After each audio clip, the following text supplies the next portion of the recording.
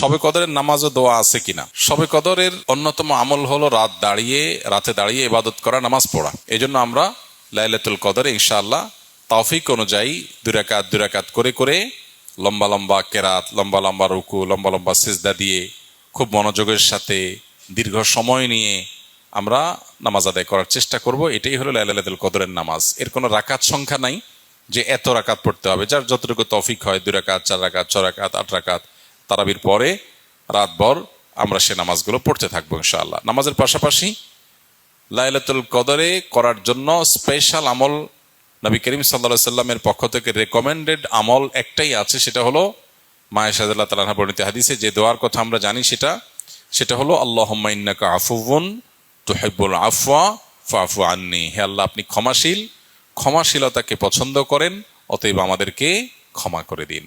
এই দোয়া বেশি বেশি করে করা। এর বাইরে আমরা জিকির, আজকার, তাসবিহ, কোরআন তেলাওয়াত, দোয়া, রোনাজারি এগুলোর মাধ্যমে পুরো রাত অতিবাহিত করার চেষ্টা করবো ইনশাআল্লাহ। নামাজের ক্ষেত্রে বিশেষ কোনো নামাজ নাই যে লাইলাতুল কদরের এরকম এত রাকাত নামাজ, প্রথম রাকাতে অমুক সূরা এতবার, তমুক সূরা এতবার, এরকম কোনো বিশেষ নিয়ম নাই। বরং অন্য যে কোনো নামাজের মতো যে কোনো সূরা দিয়ে আমরা নামাজগুলো পড়তে পারি।